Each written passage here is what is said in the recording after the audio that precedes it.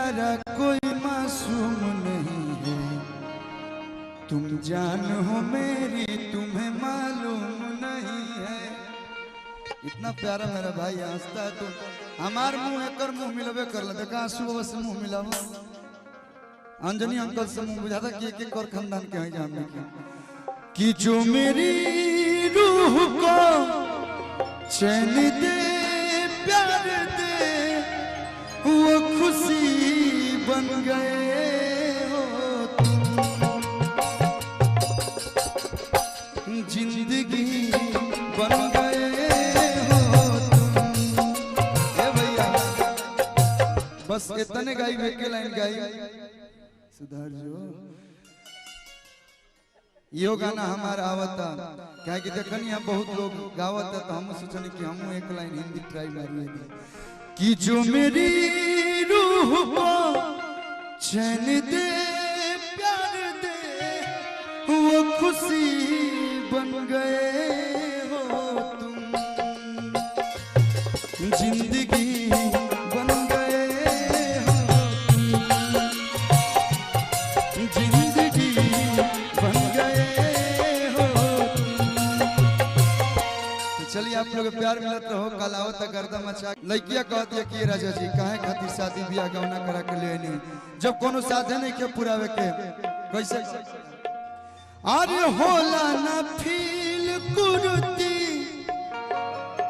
अरे कोइला ना ढील रोजाऊ आ कहियो ना नसल बिछावाना हो कि काहे खातिर राजा गवना करला,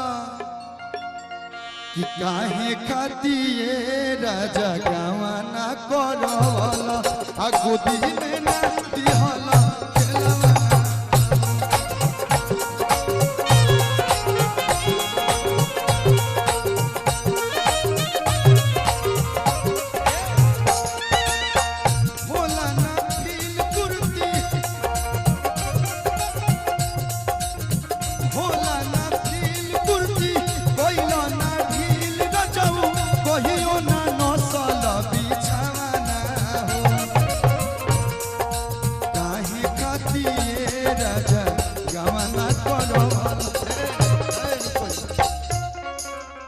ये अंजनी अंकल हे पहले तो अजीबे टाइप के फील आवता बुझा तो ट्रैक्टर के टाली पे बात तनी होने जेबू लो तनी मनी हमू डांस कर तनी भेज बनावे ला तो कर दी ना। देखिए हमारा हाउस सब तो ना आवे है ही पर मतलब कमर पर आजकल कुछ वो बोलला में ये था मतलब कमर वाला डांस हमारा आवेला ऐसे तनी मनी आवेला आज लोग अच्छा लगे तो चाली चाल तरफ से बात एक चाहिए कि काहे खातिर राजा गवना करवाला आ गोदी में ना दिहा।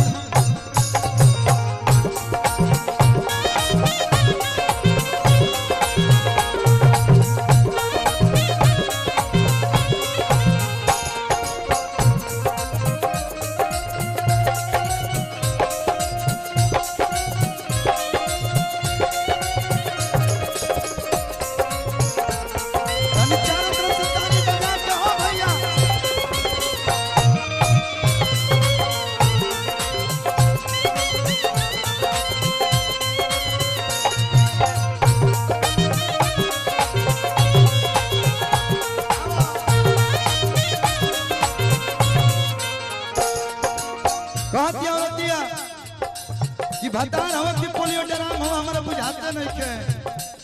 हैं कैसन मरद हो कि जे दर्द नहीं खा बुझो काटला न चाहनी तू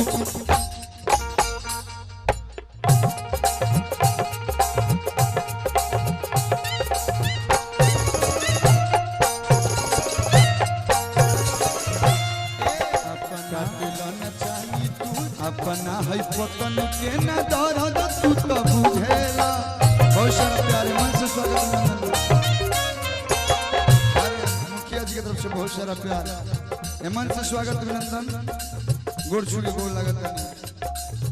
काटला न चाहनी तू जवानी से ना जूझेला।